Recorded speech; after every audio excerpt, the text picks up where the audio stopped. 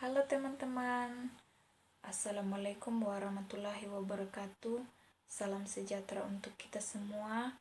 Perkenalkan, nama saya Rizkyani Saputri, mahasiswa aktif di Universitas Negeri Manado, program studi pendidikan sosiologi dengan NIM 19606036, kelas B semester 3. Di sini saya akan memenuhi tugas dari mata kuliah teori sosiologi klasik yang akan menjelaskan mengenai teori-teori yang dipaparkan oleh Ritzer. Selamat menyaksikan. George Ritzer membagi 3 paradigma sosiologi sebagai ilmu sosiologi sosial, yakni yang pertama paradigma fakta sosial, yang kedua paradigma definisi sosial, yang ketiga paradigma perilaku sosial. Sebelum kita memahami lebih dalam tentang paradigma-paradigma yang telah dipaparkan, lebih baik kita mengetahui terlebih dulu apa arti dari paradigma. Paradigma adalah pandangan yang mendasar tentang apa yang menjadi pokok persoalan yang dipelajari suatu disiplin ilmu. Paradigma yang pertama yaitu paradigma fakta sosial yang berbicara mengenai sebuah batasan bagi perilaku manusia yang mau tidak mau harus dipatuhi untuk menciptakan sebuah tatanan kehidupan bermasyarakat yang lebih baik dan damai. Paradigma fakta sosial ini yaitu ketika seseorang melewati lampu lalu lintas, kemudian lampu menunjukkan warna merah, dalam hal ini tandanya berhenti. Begitupun pula ketika lampu menunjukkan warna hijau, yang berarti jalan, kita harus jalan.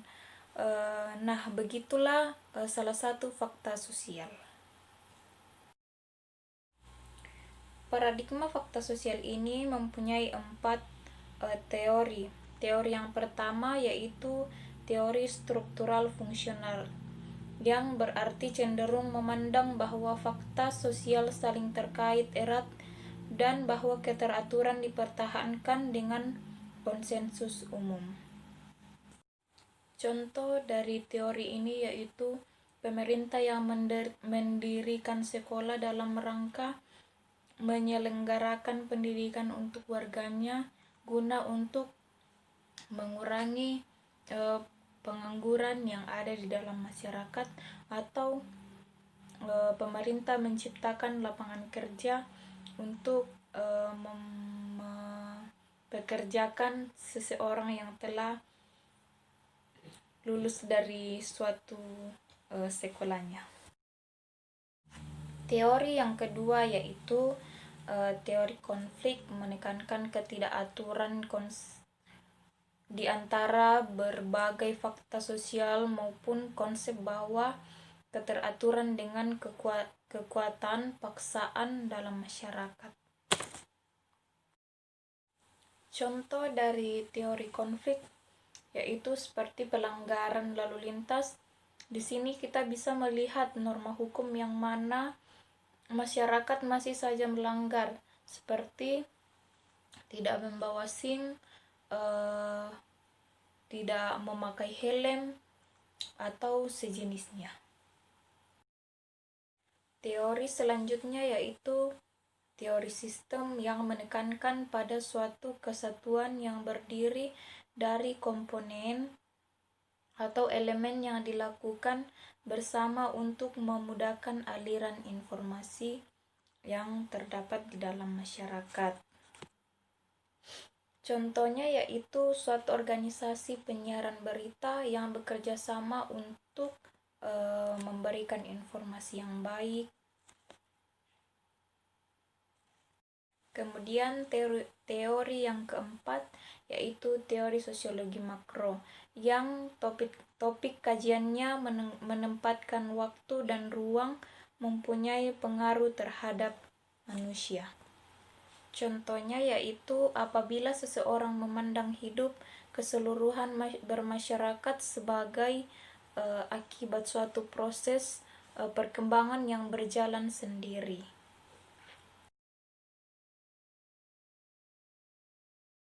Kemudian paradigma yang kedua yaitu paradigma definisi sosial, yang berarti bahwa paradigma ini berbicara mengenai perilaku seorang individu aktif yang mampu menciptakan, membentuk sebuah realitas sosial tersendiri. Definisi sosial mempunyai 3 teori. Teori yang pertama yaitu teori tindakan, yaitu suatu tindakan hanya dapat bertindak sosial. Tindakan tersebut dilakukan dengan mempertimbangkan perilaku orang lain dan berorientasi pada perilaku orang lain, seperti contohnya seseorang menyanyi di kamar mandi untuk menarik perhatian orang lain.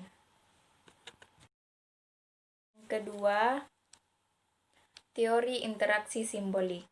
Teori ini memiliki asumsi bahwa manusia membentuk makna melalui proses komunikasi.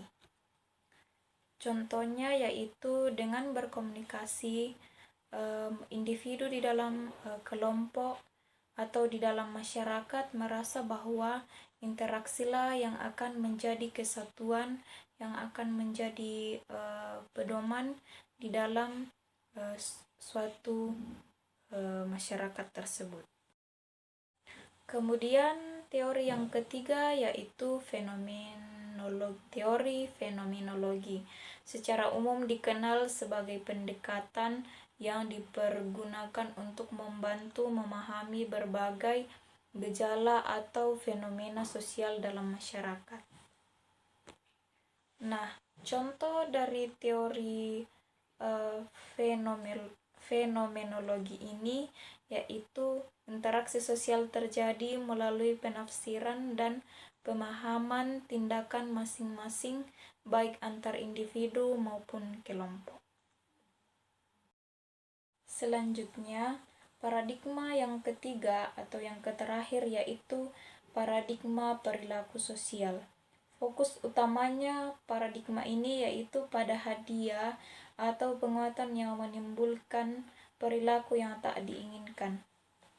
Jika tidak mendapat ganjaran atau hubungan yang tidak diharapkan, ia akan marah dan semakin besar kemungkinan orang tersebut akan melakukan perlawanan dan hasil tingkah lakunya makin berharga bagi dirinya. Jika dapat ganjaran atau lebih, maka akan menunjukkan tingkah laku persetujuan. Paradigma perilaku sosial ini mempunyai 2 teori, yakni teori yang pertama sosiologi perilaku atau biasa disebut dengan behavioral, yaitu memusatkan perhatian pada tingkah laku yang terjadi dalam lingkungan masyarakat atau aktor. Contohnya yaitu makin tinggi nilai tindakan yang dilakukan, maka orang akan menyenangi tindakan tersebut. Contohnya ketika kita berbuat baik, maka seseorang pasti merasa bahwa tindakan tersebut adalah tindakan yang baik untuk sesama. Teori yang kedua daripada paradigma perilaku sosial yaitu teori pertukaran. Teori ini menyatakan bahwa dalam sebuah hubungan sosial terdapat ganjaran, pengorbanan, dan keuntungan yang saling mempengaruhi. Contohnya yaitu jika tindakan seseorang tidak memperoleh imbalan, maka dia akan kecewa dan menemukan atau menunjukkan perilaku-perilaku yang agresif yang bisa menimbulkan sebuah konflik yang ada di masyarakat. Baik, demikianlah video singkat dari saya mengenai paradigma ganda yang dikemukakan oleh George Litzer.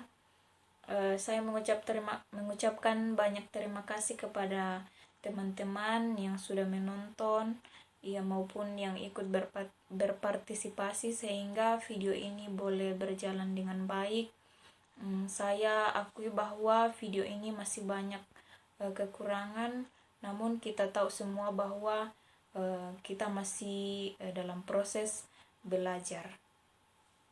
Demikianlah, salam sehat, Tuhan Yesus memberkati. Assalamualaikum warahmatullahi wabarakatuh. Shalom.